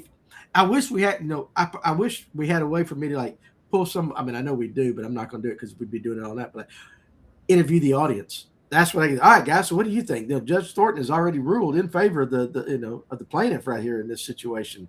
And that'll be on episodes on down the road. You'll be sent a link where we'll have to pull you up, and it's like, plead your case, sir. And if you get the white, you get black screen. He's like, who's kicked out of the damn show? Who's That's that? right. He goes, I think Tim broke a sweat, but it could have been the alcohol. I was on the debate club in high school. Yeah, I did that. Sheriff, I worked many a courtroom cases, so if I study on this, I got some tricks. I was gonna say, man, my mind was going back in time. Like, all right, what's some of the stuff that I've heard him do? I'm like trying to remember. Yeah, I did that, and I did mock trial. So, because I wanted to be a lawyer, and that was before my dad said, "World's got enough pencil pushers, son. Do heating and air." That's why I asked for clarification for a term. That's called buying time to think. We need to clarify what the language in this courtroom is, and the whole time you're like, okay, while they're still on that, what the hell am I going to do here? You know. Well, here's the thing: is like you're not going to get the topic until that time. I know. It's like divert. I get to choose the topic. That's why I'm going to let you guys switch back and forth between defense and prosecuting. Read Farmer. Hey, I have seen real attorneys literally like a public defender just grab a file folder for some poor inmate they brought in. First time they ever seen it, and they get up to defend them, and you see this poor guy over there going, "I'm so going to prison." Yeah, he's like, yeah, I get it. Patricia goes, does anybody know where the judge lives? I can get you close. I can get you really, really close. So, all right, very cool, very cool. And now, Farmer, now that we got your attention, instead of texting me during the middle of a show, I already made fun of you, son. Good job, Farmer. We're gonna meet at 12:30 at the Best Buy off Highway 20 in Canton, right there by the Taco Mac and that Mexican restaurant that neither Ken and I can pronounce. So y'all got parking. Y'all got parking tickets too? Oh hell yeah! I ain't going down there with that. I'm in the deck. My uncle got good seats. Got a parking pass right in the Battery. So what day is it y'all going? Saturday. Okay, I'll be there. I think Thursday. My son's there right now. I think it's Thursday. He goes, y'all need to pick the topics the day before. Let these boys prepare. Oh hell no. No. We're gonna just fly with it. And Kevin thought he was watching an episode of Perry Mason. It's gonna be fun. And I'm gonna pull out the Matlock theme song for it. Oh, I'll get it loaded up while Kevin is thinking about his thing. We'll come up with some music. Here's the bad thing. This is just like the dad on one of these electric only reservoirs who wakes up on a Saturday morning and he says, "Son, you want to go fishing?" And we got a tournament there, and there's 25 parking spots and there's 25 boats in the tournament. He said, man, somebody's gonna be perusing through YouTube and they're going, "Oh, a fishing podcast. Let's check it out." And it's like, what the hell did I just come across? So it'll be fun. But it'll be like a train wreck. They'll watch it. They will watch it. They will watch it. Just like Dolly Parton said. Y'all see that thing with Billy Ray Cyrus? So when Billy Ray Cyrus came out with Achy Breaky Heart, Dolly started letting him open up for her on that tour. And then the National Enquirer, back then that was a big TMZ of our day, it was in print form, came out and said they were having a relationship. And he felt so bad that he asked to meet with Dolly before a show, and he went in there to apologize that this was on the National Enquirer. And she looked right at him and she goes, "That shit sells records." So it's like that train wreck that you were just saying and all that. You missed it. It's going to be a fun time, Josh. We're going to have a good time. All right. Anyway, all right. Let's at least end on some fishing talk. Okay, Kevin. All right. Yeah. We are us three. We either host or we always ask questions. I'm going to allow you to ask a question right now. Just pick out a topic you want to talk about. Fall fishing. What's the next thing you want to discuss? Well, we're getting into fall.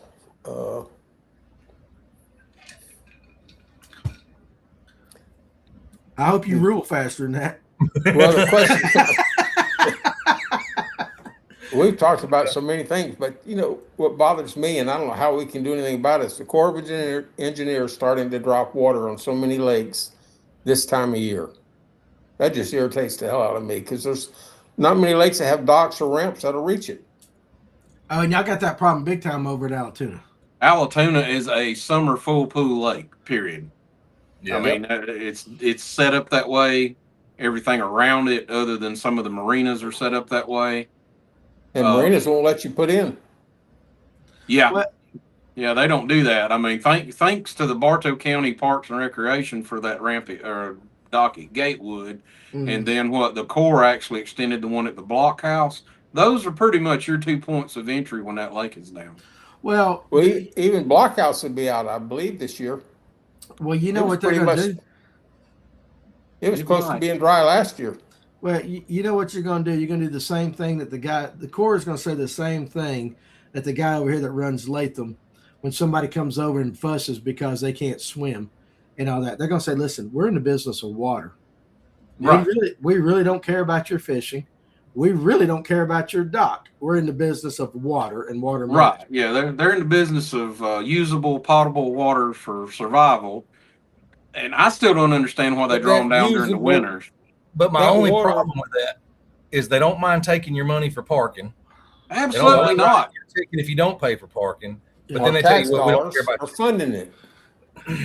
Yeah, well, I'll say this though, Tony. A lot of them on Lanier now, the counties are the ones that are running the. Right. The right. counties are getting that money and they're maintaining and all that.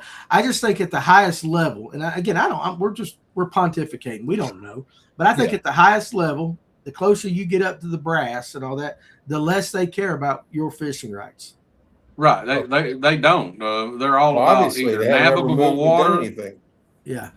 But Well, when they sold the idea to impound every lake around here, fishing was brought up in part of that. You know what I'm saying? Like it's going to be greater. We're going to bring in revenue because Great. people Be recreational that's fishing, my only- boating, sailing, or whatever. If you go back to the Board of Commissioners meeting when they approved all this stuff, fishing was part of that, whether they want to admit it or not. I guarantee it was. Cranky and Yankin says they bring the lakes down around here every year to control Salvinia or try to control it. I'm not. What is Salvinia? Please elaborate. What is salvinia? Yeah, I don't Some know. sort of grass? Isn't that snodgrass or something? It might Maybe. be. Are y'all crying? There's no crying in fishing. You're not wrong. How about this? What's the first? It's a good question while we're waiting on that definition. What's the first sign you see that makes you say it's time to head up the creeks? I know my answer, but you guys, what's yours? What's the first sign you see that makes you say it's time to head up the creeks? I don't know. I'm all over the place. One. I'm all over the place. I don't know. Yeah, I usually just kind of go. If I hadn't been on the lake in a long while, I just kind of go look around a little bit, and then sometimes I'm like, you know what? Oh, At the mouth of every creek, I see bait, so I'm going up these creeks. Robert, our buddy in Pennsylvania, says high PCBs. Okay, I mean that might be it. Yeah. What? High PCBs, like chemicals and stuff like Yeah. that. I guess that's a good thing. Runoff from all the other stuff. Now, Tony, I'll tell you what my answer is. It's very simple. Like, I watch fishing reports. I listen to guys talk, or I watch when boats start heading up there, especially the guides. Like, if you pay attention to the guide and his job is to put people on fish, and he starts talking about creeks and going up and all that should be the first easiest sign. Now, if you're asking for like, what do we see in nature or something like that? I'll be honest with you. I don't know other than just going and look. And Jeff says it's a giant, it's an invasive grass. Okay. So I guess if they draw it down, it kills it or doesn't give it I guess so. an ecosystem to grow in. Well, think about if Allatoona had a ton of snodgrass on the banks this summer. They get all that crap and it's everywhere from 1 to 10 foot. Yeah. You draw that thing down the way they do, it's just going to be laying there. It's going to dry up and it will die. Yeah. I mean, I guess, I don't know. Farmers, here's an answer for you that's actually fishing related. Days starting to get shorter when I start to see a lot of surface activity in the mouths of creeks. Well, that's what I was going to say just a second ago. Is if I see it happening in the middle of the creek or right at the mouth of the creek, then I start. You know what I mean? But there's a few creeks I fish on the Southwood Valley. I'm going to check them even in the summertime. But yeah, that's kind of what I was thinking was visual signs like that. What about you, Kevin?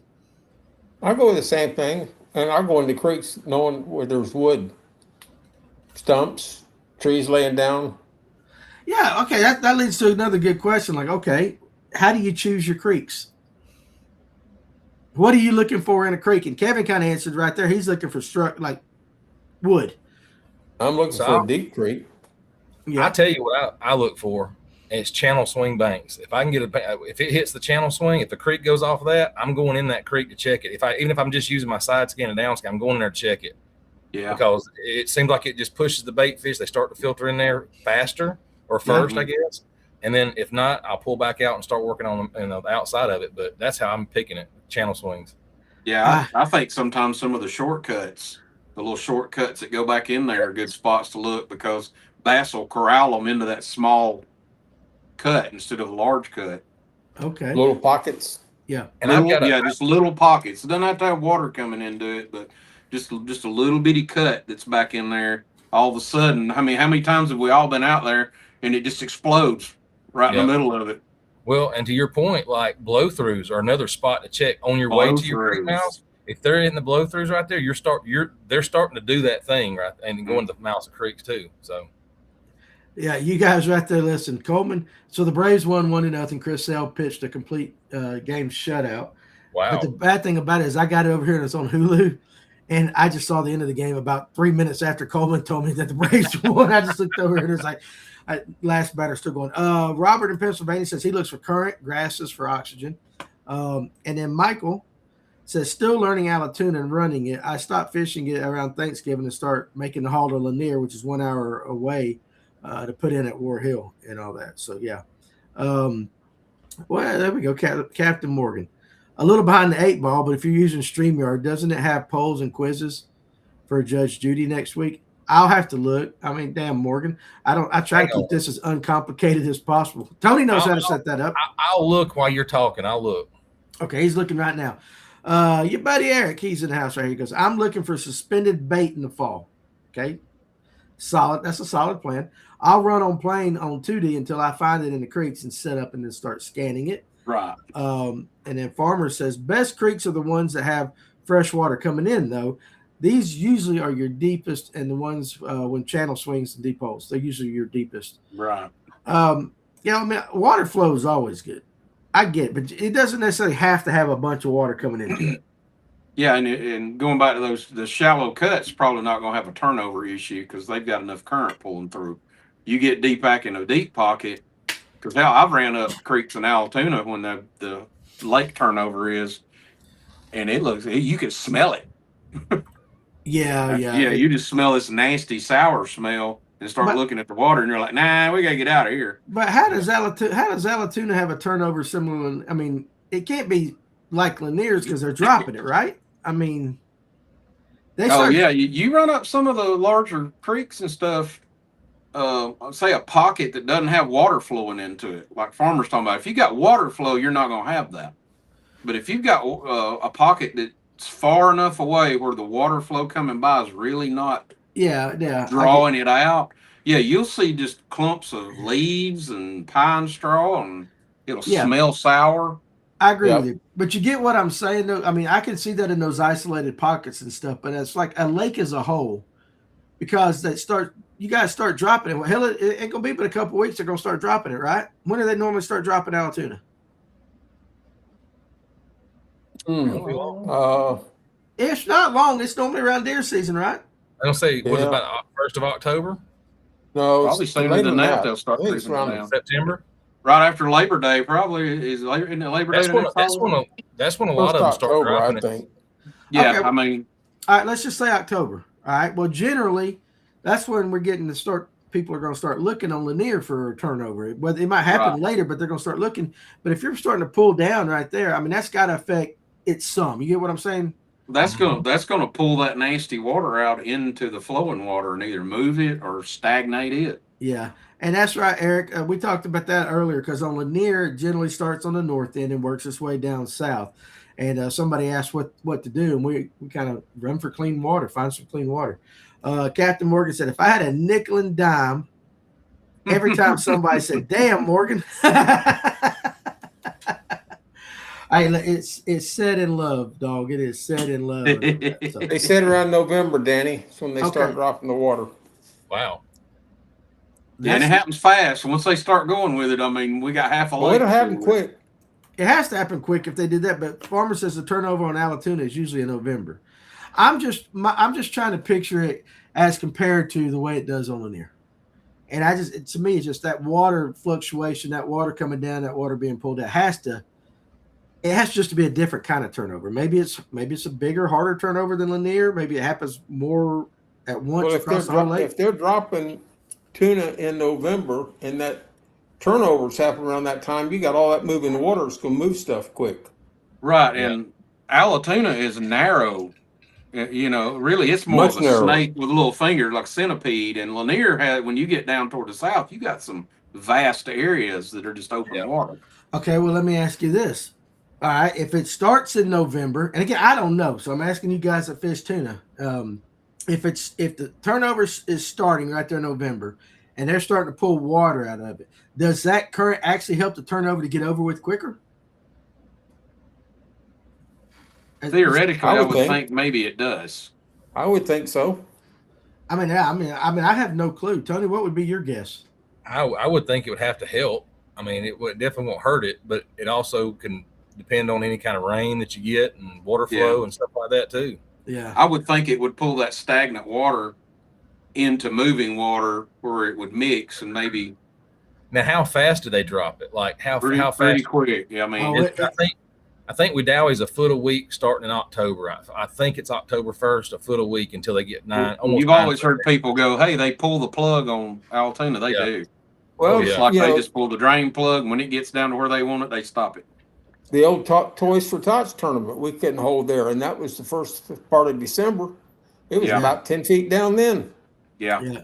Our buddy in Pennsylvania says stagnant water grows algae and holds higher concentrations of sludge.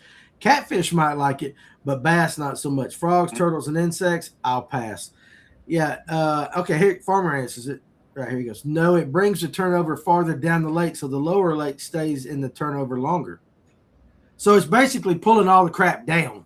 So it just takes all that stuff, pulls it down. So you need to run above it, looking for clean water. Or well, if we go by that, what he's saying is, the where it starts up the creeks and all that, up farther away from the dam, gets clearer quicker. But around the dam, all that area, the main, it stays pretty. I can see that because they're actively pulling. Yeah, I mean, that makes perfect sense for me. I like that answer right there. So, all right. What else? We got anything else we're going to talk about? Tony looks tired. Oh, I mean, I'm good. I'm good. Is nobody throwing a wobblehead? Nobody's throwing that. Nobody throwing a wobblehead. Tony said That's your favorite lure. I mean, I didn't. I love it. Yeah, it's a dang good. I will say though, sometimes I think it's more of a largemouth lure, but I have caught spotted bass with it. Tony, you brought some stuff up. Show me what else you brought up. It was. I basically talked about it already, but we talked about crankbaits earlier. DT20. Yeah. Oh, okay. Hold on a second. What color is that? Yeah. You put a feather? That's what I was going to ask. Oh yeah, you got a feather on the back. That's an older gentleman. He said, "Throw that deep crankbait. Put a feather on the back of it." So I make my own bird casting it or something. Yeah, that's that DT20, and I think it's green gizzard shad. That's what it's called. It's a good looking color. Farmer says the north end will stay clean, but by the time most of us, they won't run up the river at that time of year like that. Robert says the Lake of America tournament because old Trumper. You know what, Trump? Listen, I voted for him. But damn, sometimes he just can't get out of his own damn way. No. He is petty when it comes to that stuff. Well, by God, I'll just change the name of a lake out there just to make you mad. I'm like, damn, Donald. Y'all worried about a pull down. Not sure y'all would make it on Caddo. How bad does Caddo get? Yeah. I bet Caddo turns into a bunch of little ditches. Once it gets down, it's fine. The problem is they didn't plan for it being pulled down. When they built the ramps on some of these lakes around here, you can't get in the darn things. Yeah, that's true. You'll go some places and you'll go backing down through there, and your trailer just falls off the damn ramp. Yeah. Our guy GDP is in the top 20. Is in top with 25.7 today. Who is GDP? Let's see. That's not ringing a bell. What are you talking about there, Robert? What is GDP? I thought he meant gross domestic product at first. I did too. No. I did too because I just said something about Trump. That ain't a crankbait, Tony. Or that ain't the crankbait, Tony. Yeah. Yeah. Is there a hidden crankbait? Nope. Which means yeah. Nope. Yeah, there you go. All right, so I think he's telling him not to show that again. I think so. I'm picking up what he's putting down. It's like, no, that's not it. No. That ain't it. So, Probably all won't start off the duck. No, I bought some feathers years ago, and I just decided to use them for the dang on the backs of the hook. Because to me, Did when you you tie buy it on yourself or just have well, it's feathers? I use the tactical bass, and I think I had a video about it. I just use a piece of heat shrink tube on there. Of course, it's dark where I hit it with a lighter, but just a piece of heat shrink tube, wrap it through the eye, and I put a little flashaboo in there with it. Get a little flash. But you Yeah, because I bought the prefabbed ones and just took them off and put them on before. Greg when you buy the feather Greg trebles, Greg De Palma. Greg De Palma. Okay. When you buy the pre-made trebles, they're just so sparse and thin. And I wanted a target, especially when you're cranking it through the winter. I mean, I'm moving it fast. Right, because I mean, even the one on here, I mean, look, there's not much to that. Yeah. No. Yeah. He's currently. Of course, now this thing is done DX'd. I mean, it is cracked. I mean, I didn't mean to say it was trash because it's a damn good bait, but this one right here has run the gauntlet for probably 4 years and just done. Yeah, so Greg is sitting in 19th. Okay, he's called I don't listen to Mercer, so that's why I wouldn't have known that. Jeff said he's called GDP by Mercer. Oh, whatever. That just I don't know. You know how, Tony, what did you say? There's like some people that they ain't bad or nothing. You just don't. Yeah. Mercer is good. Mercer is good at what he does, but there's just some things that I just can't. And every time I turn on, I'm going to watch one of his shows right there at the beginning, he goes, and he looks up like that. I'm just like, shit. Not done. Click. He's excellent. He's excellent. Just have one damn thing. He's Canadian, so Canadian. Hey, that makes sense. We're gonna end on these. Okay, couple of things. All right, first of all, whatever you do, don't put a red hook on the front too, Tony. Captain Morgan says, and yes, whatever you do, don't put a red hook on the front. But right here, like that. This is where we're going to end, and only because it's sitting right over your shoulder, I think Tony may have a Bigfoot fetish. There's not nothing wrong getting a little Sam Squatch thing on. So that came from Eric LaRue and his wife. They made that for me. Yeah. When he and I fished a tournament, they did the picture, and then my wife they found that at a thrift store or something. She's like, hey, this would be great for the show when you're hosting the show, because everybody on our show, if you hadn't watched it, everybody gets asked, do you believe in Bigfoot? So it's I'm glad they took it over to your show, because I got tired of asking that damn question. But you still going to that same camping site, Tony? The same camping site? Oh yeah. Well, she keeps coming back. I don't know what to say.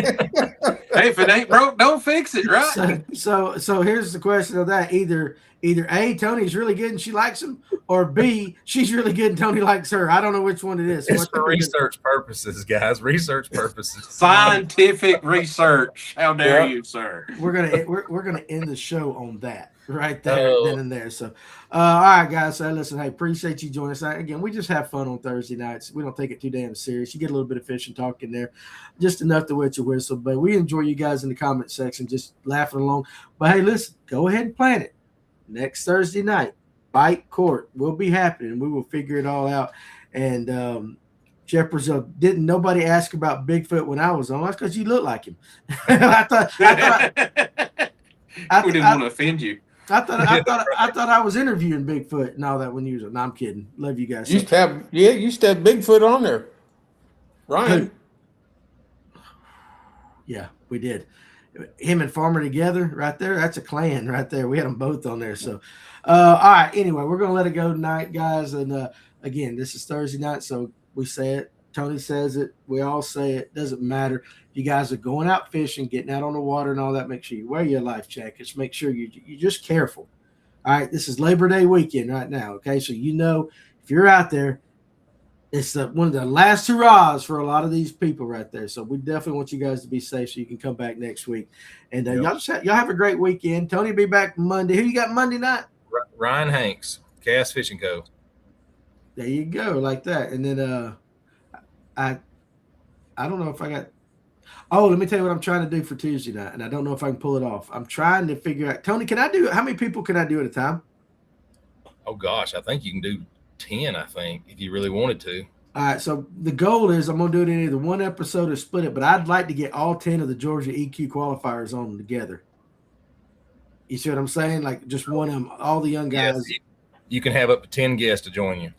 If I can make it happen, if not, I'm going to try to get at least 5 of them and then split the other 5 in another one. So just to get those guys' thoughts, they're all local. They're all going to be trying to make the elites next year. And I think it'd be an interesting conversation. A lot of good anglers, Brooks, Dylan, Chase, some guys I don't know, but they're there. They're this close to making it to the elites. So anyway, you guys have a great weekend. Enjoy yourselves. Go Braves, and all that other good stuff. We'll